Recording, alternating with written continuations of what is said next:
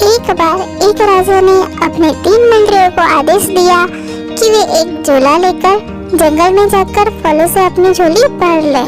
पहले मंत्री ने सोचा कि राजा ने फलों को इकट्ठा करने का आदेश दिया है, इसलिए उन्हें थैले में अच्छे से अच्छे फल लेने चाहिए। दूसरे मंत्री ने सोचा कि राजा बहुत ही व्यस्त व्यक्ति है, इसीलिए हो सकता है कि वह थैले में बहुत अच्छी तरह से न देखे क्या एकत्र किया गया है, और इसीलिए उसने जो कुछ भी हाथ लगा वो एकत्र कर लिया। इस प्रकार उसकी झोली अच्छे और सड़े फलों से मिश्रण से भर गई थी।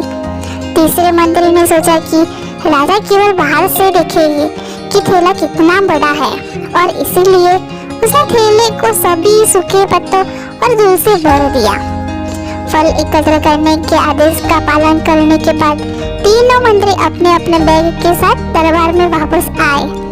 राजा ने बिना यह देखे कि उनके थैले में क्या है, बस आदेश दिया कि अब तीनों मंत्रियों को 3 महीने के लिए अलग अलग जगहों में भेज दिया जाए, जहां उन्हें कोई भोजन उपलब्ध नहीं किया जाएगा। उन्हें केवल अपने अपने बैग ले जाने की अनुमति होगी। पहले मंत्री ने जो बहुत अच्छे अच्छे फल इकट्ठे किए थे, उन्हें खाकर वह 3 महीने जेल में बिता सकता था। दूसरा थैले में अच्छे फलों के साथ कुछ समय तक जीवित रह सकता था, और बाद में उसने जो सड़े हुए फल एकत्र किए थे उन्हें खाने से उसे बीमारियां हो गई। तीसरे मंत्री के पास खाने के लिए कुछ नहीं था, और इसी वजह से वह जीवित नहीं रह सका। कहानी की सीख। उपरोक्त कहानी से हम समझते हैं कि हमें अपने ही कर्मों का फल भुगतना पड़ता है। तुम अपने कर्मों के बाद अपनी प्रतिक्रिया स्वयं भुगतोगे। तुम जो भी एक कर्म करते हो, तुम्हें उसका फल भुगतना ही पड़ता है। अच्छा और बुरा सब कुछ आपको यह प्रतिक्रिया रखनी होगी, इसके बारे में कोई संदेह नहीं है। एक समय की बात है, एक किसान था जो कुंदनपुर नामक गांव में रहता था। उसकी उम्र हो चुकी थी, जिसके कारण उससे खेती का काम नहीं होता था। इसलिए उसने सोचा कि क्यों ना वो अपनी खेती की जमीन और अपनी भैंस को बेच दे, और उससे जो पैसा आएगा उससे वो कोई नया काम शुरू कर लेगा।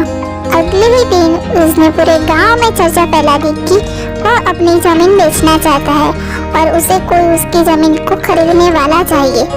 1 महीने के अंदर उसकी जमीन बिक जाती है। अब उसे बस अपनी भैंस को बेचना था, पर उसे कोई आदमी नहीं मिल रहा था जो उससे उसकी भैंस को खरीद ले। किसान ने बहुत कोशिश की, लेकिन अपनी भैंस वो बेच नहीं पाया। एक दिन किसान को किसी से पता चलता है कि शहर में बहुत बड़ा मेला लगा है। यह सुनकर किसान के दिमाग में एक विचार आता है कि क्यों ना वो अपनी भैंस को मेले में जाकर बेचे।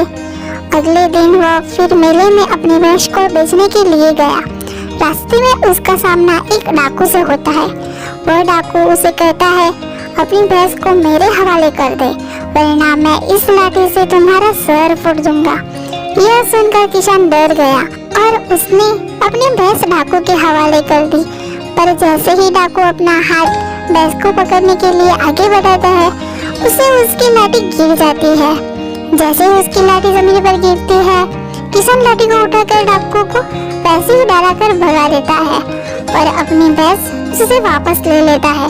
फिर वो अपनी भैंस को लेकर मेले में जाकर बेच आता है। अब उसके पास बहुत ज्यादा धन था, जिससे वो एक नया काम शुरू कर सकता है और अपनी आगे की जिंदगी गुजारता है।